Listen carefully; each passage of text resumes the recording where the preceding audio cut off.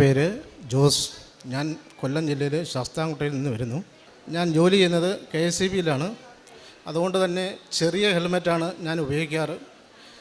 എപ്പോഴും വണ്ടിയിൽ യാത്ര ചെയ്യുന്ന സമയങ്ങളിൽ എൻ്റെ കണ്ണിലേക്ക് പക്കി അടിക്കാറുണ്ടായിരുന്നു. അതിൻ്റെ ഒരു പ്രാവശ്യം അതിൻ്റെ കൊമ്പിരുന്ന് ഹോസ്പിറ്റലിൽ പോയി കാണിച്ചു.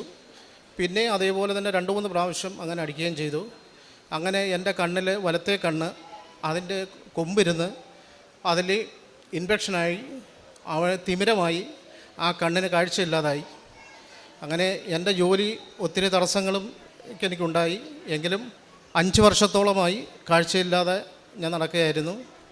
അങ്ങനെ ഒത്തിരി ഹോസ്പിറ്റലുകളിൽ പോയി. 2020 തമിഴ്നാട്ടിൽ ഒരു ഹോസ്പിറ്റലിൽ പോയിട്ട് ഞാൻ സർജറിക്ക് കിടക്കുകയുണ്ടായി. സർജറി കിടന്നപ്പോൾ ശ്വാസം കിട്ടാതെ എനിക്ക് മലർന്ന് കിടക്കാൻ പറ്റത്തില്ല. ശ്വാസം മുട്ടലാണ്. ഹാർട്ടിന് ചെറിയൊരു പ്രശ്നമുള്ളതുകൊണ്ട് ശ്വാസം എടുക്കാൻ ഭയങ്കര ബുദ്ധിമുട്ടാണ്. അങ്ങനെ സർജറി നടന്നില്ല, തിരിച്ചു പോരുന്നു. പിന്നെ ഇവിടെ കേരളത്തിൽ തന്നെ മിക്കവാറും വലിയ ഹോസ്പിറ്റലുകളിൽ പോയി കാണിച്ചു. അങ്ങനെ കുറേ ഹോസ്പിറ്റലിൽ ചെന്നപ്പോൾ ഇത് ചെയ്യാൻ പറ്റത്തില്ല, ചെയ്തു കഴിഞ്ഞാൽ തന്നെ കാഴ്ച കിട്ടത്തില്ല, അങ്ങനെ ബുദ്ധിമുട്ടാണ്, ഗ്യാരണ്ടി ഇല്ലാതൊക്കെ ചെയ്യാം എന്നൊക്കെ അങ്ങനെ കുറേ പറഞ്ഞ് നമ്മൾ ശാരീരികമായി മാനസികമായിട്ട് ഒത്തിരി തളർന്നുപോയി. അങ്ങനെ എന്ത് ചെയ്യണമെന്നറിയാൻ വയ്യാതെ ഇരുന്ന സമയത്താണ് ഇതേപോലെ ഞങ്ങൾ വല്ലപ്പോഴുമൊക്കെ ഇവിടെ കൃപാസനത്തിൽ വരും. പക്ഷേ അത്ര വിശ്വാസമായിട്ട് ഒന്ന് പ്രാർത്ഥിക്കുകയൊന്നുമില്ല, എങ്കിൽ തന്നെ ഇവിടെ വരും, നേർച്ചയിടും പോവും. അങ്ങനെയായിരുന്നു. കണ്ണ് കാണാതെ ഉള്ള ബുദ്ധിമുട്ട് ജോലിക്ക് ഭയങ്കര തടസ്സമായി വന്നു. 30 ദിവസത്തിൽ 15 ദിവസം ഇല്ലെങ്കിൽ 14 ദിവസം ഒക്കെ ജോലി, പകൽ മാത്രമേ ജോലി പോകാറുള്ളൂ ബുദ്ധിമുട്ട് കാരണം. അങ്ങനെ ഒരാൾ പറഞ്ഞ് ഇതേപോലെ ഇന്നടത്തൊരു ഡോക്ടറുണ്ട്, പുള്ളി പോയിന്ന് കണ്ടാൽ ചിലപ്പോൾ ശരിയാകാൻ സാധ്യതയുണ്ടെന്ന് പറഞ്ഞു. അങ്ങനെ ഞങ്ങൾ ഇതേപോലെ യൂട്യൂബിൽ ഇതേപോലെ കൃപാസനത്തിലെ പ്രാർത്ഥന, ജോസഫ് അച്ഛൻ്റെ പ്രാർത്ഥനകൾ കാണാറുണ്ടായിരുന്നു. അങ്ങനെ ഞങ്ങൾ കൃപാസന അമ്മയോട് പ്രാർത്ഥിച്ചു, ഞങ്ങൾ ഈ ഡോക്ടറെ കാണാൻ പോവുകയാണ്, അനുകൂലമായ ഒരു ഇത് കിട്ടിക്കഴിഞ്ഞാൽ ഞങ്ങൾ കൃപാസനത്തിന് വരാം, ഉടമ്പടി എടുക്കാമെന്ന്. അങ്ങനെ ഒക്ടോബർ 26 ആ ഡോക്ടറെ കണ്ടു. ഡോക്ടർ അന്നേരം എന്തോ മാതാവിൻ്റെ വലിയ അനുഗ്രഹമുള്ളതുപോലെ ഞങ്ങൾ ചെന്നപ്പോൾ തന്നെ ഇന്ന് വരെ ചെയ്യാത്തതുപോലെ പുള്ളി ഞങ്ങളെ ഓപ്പറേഷൻ തിയേറ്ററിൽ കയറ്റി കിടത്തി.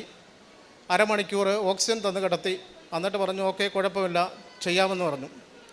അങ്ങനെ വീട്ടിൽ വന്ന് 4-5 ദിവസം കഴിഞ്ഞപ്പോൾ എനിക്ക് ചുമയും ശ്വാസമുട്ടലുമായി. അങ്ങനെ കുറേ ഡേറ്റുകൾ അവർ മാറി തന്നു. പക്ഷേ അവർ പറഞ്ഞ ഡേറ്റിനൊന്നും നമുക്ക് ഓപ്പറേഷന് പോകാൻ പറ്റിയില്ല.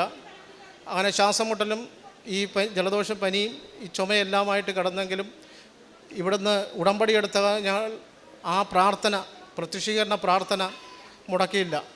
എത്ര വയ്യാങ്കിലും ആ വെളുപ്പിൽ 5:30 എണ്ണീറ്റ് പ്രാർത്ഥന പഠിക്കുകയും ഇവിടുന്ന് തന്ന തൈലം ആ കാഴ്ചയില്ലാത്ത കണ്ണിൽ തൊട്ട് പ്രാർത്ഥിക്കുകയും ആ ഉപ്പ് വെള്ളത്തിൽ കലക്കി കുടിക്കുകയും ചെയ്തു. അങ്ങനെ ഡിസംബർ 24 എനിക്ക് ഓപ്പറേഷൻ ഡേറ്റ് കിട്ടി. ഞാൻ പോയി ഓപ്പറേഷൻ ചെയ്തു. കൃപാസന അമ്മയുടെ ആ കാശ് രൂപം എൻ്റെ കയ്യിൽ വെച്ച് ഞാൻ ഡോക്ടറെ അടുത്ത് ചോദിച്ചിട്ട് അത് വെച്ച് ആ ഓപ്പറേഷൻ നല്ല രീതിയിൽ നടന്നു. എനിക്കിപ്പം 21 ദിവസമായി ഓപ്പറേഷൻ കഴിഞ്ഞിട്ട്. ഇപ്പോൾ നല്ല കാഴ്ചയുണ്ട്. ഇപ്പോൾ ഈ കുറേ ദിവസങ്ങൾക്ക് വേണ്ടി ഇപ്പോൾ കണ്ണിൽ പൊടി അടിക്കാതിരിക്കാൻ മാത്രം ഗ്ലാസ് വെക്കാൻ പറഞ്ഞു. എനിക്കിപ്പോൾ നല്ല കാഴ്ചയുണ്ട്. നല്ലതുപോലെ എല്ലാം ചെയ്യാനും കാണാനും പറ്റും. ഞാൻ വണ്ടി ഓടിച്ചാണ് ശാസ്താംകോട്ടയിൽ നിന്ന് ഇവിടെ വന്നത്. അമ്മ നൽകിയ എല്ലാ അനുഗ്രഹങ്ങൾക്കും കൃപകൾക്കും ഞാൻ ഒത്തിരി നന്ദി പറയുന്നു.